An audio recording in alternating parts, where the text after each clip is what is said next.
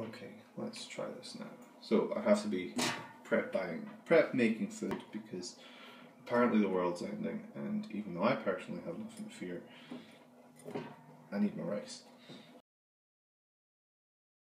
Also, everything is closed. I was going to go to the library earlier today to print off some maps, but that's not happening. So now I didn't have anything better to do.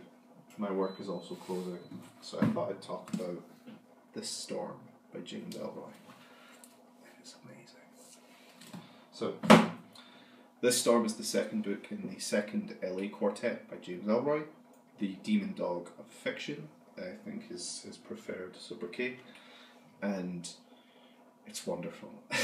It deals with a part of history that is really it's romanticized, and it's the American war effort, specifically in 1942, but it's not taking place in World War II, as in battles in France and in other parts of Europe. Instead, it's focusing on the home front of LA and the war profiteering behind it.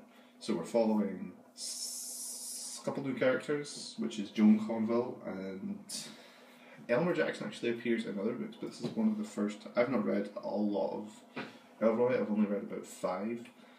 Elmer Jackson gets a lot more in this, and he's brilliant. He's kind of he's one of the stealth standouts, because Hideo Ishida is the standout of the book. Kay Lake returns as well. She was in The Black Dahlia and Perfidia, and Joan Conville is a new one, and Dudley Smith returns, and he has gone full-on fascist.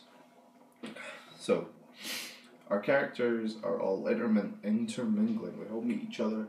They all have these double dealings and alliances and betrayals that go in and around and loop around, and it's great.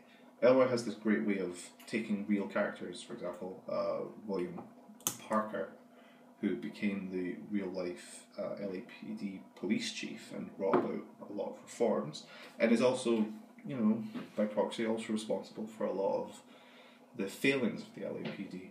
He's in it. And even though he's upstanding in the case of following the law and not being as evil as Dudley Smith, in any other book he would be an absolute villain. None of these characters, save for Kay and maybe Hideo, are redeemable in any way, particularly Dudley Smith.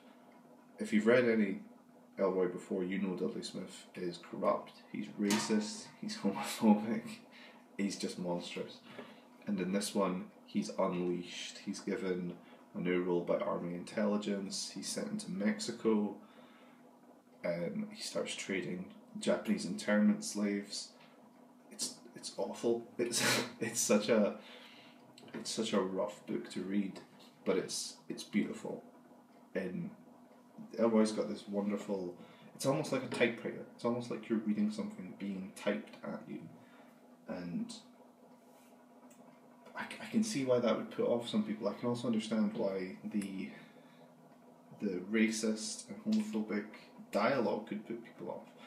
But that's a real shame, and they'd be missing out on really great writer and really great dialogue, because not at any point is any of the characters who are racist or homophobic or sexist or just straight up criminal, like insanely evil criminal, are they lionized. They're never looked on as people we should emulate. And now and again they might still do some morally good actions, but they are never looked at as heroic. Ellroy understands how difficult his characters are, which is great, because I think if you read this straight, it would be misunderstood, like a lot of Ellroy's work is. Something this deals with, which I personally haven't read a lot about, is Japanese internment. It's made me want to read some non-fiction about it, because the way that Hideo deals with his position as a figure in the army and the LAPD, but his social figure amongst other Japanese people, is rough. He feels out of place, and that's great. There's incredibly interesting politics when it comes to Kay Lake and Joan Conville, because they explore the idea that the extreme left and the extreme right are basically the same, and in this time period it was they were weighing up who's going to win and how does it affect America, because America is by and large a pretty right-wing power, but it was actively against fascism, while the book explores how enamoured fascism became in power structures. There was a real love of it. For a good example is Dudley Smith. He's always fetishizing his uniform and his mock SS uniform. He describes it sexually, and he becomes so in love with this gold bayonet that it's erotic. It's written as just eroticism. Yeah, shit, that's on fire. Flaws against it, I guess, could be it's sprawling. It's a conspiracy book. It's about a conspiracy. The main points of contention are there's been a gold heist. There was a fire, I think 10 years before, which affected 3 of the characters.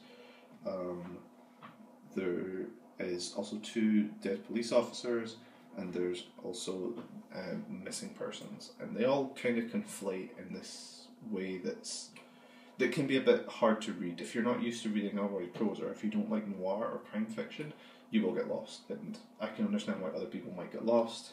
I don't. I'm a seasoned literature genius, so I won't get lost in the book, but I can see others. So there could have been ways to fix it, but if you really go into it and follow the conspiracy all the way through, and are keeping notes and keeping tabs of who's helping who and who's now betrayed who and what's happening, you get a really rich and hilarious in ways. The gold resolution, for one, is incredibly funny. Absolute recommend. I now have a Goodreads, actually. I gave it 4, which is nice, although I think I'm quite generous on Goodreads, because I don't like how limiting is. 5 seems like a strange number of stars, because arguably 2.5 is your average, and basically people treat the 3 as the average. It's a pain in the ass, but I give it a 4. Don't come into this if you haven't read Perfidia, and don't go into reading Perfidia unless you've read some of the easier Elroy books, and that's basically the Black Dahlia. Black Dahlia is a good starting point. It's probably his most famous work outside of LA Confidential.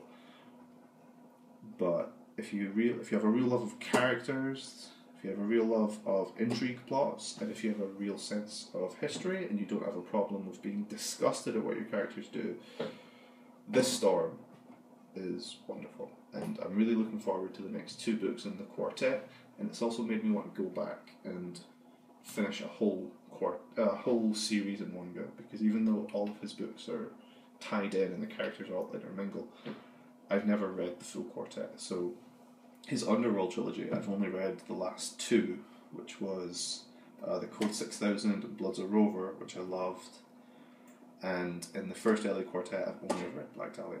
So it's made me want to go back, because Elroy's great. He's kind of seen as like a niche crime author, but he's a lot more than that. So go check that out.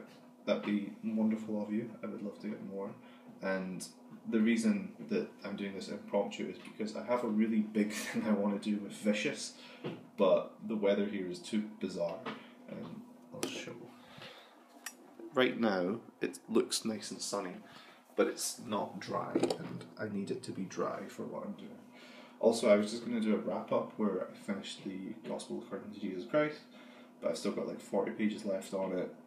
The world's going to hell, and I just don't know when I'm going to get it finished. But I wanted to put something out, because even though my channel sucks and I'm trash, you need to stick at it. So, thanks for watching. Read some Elroy, but have patience with him. Understand that he isn't the characters, he just writes the characters. Bye.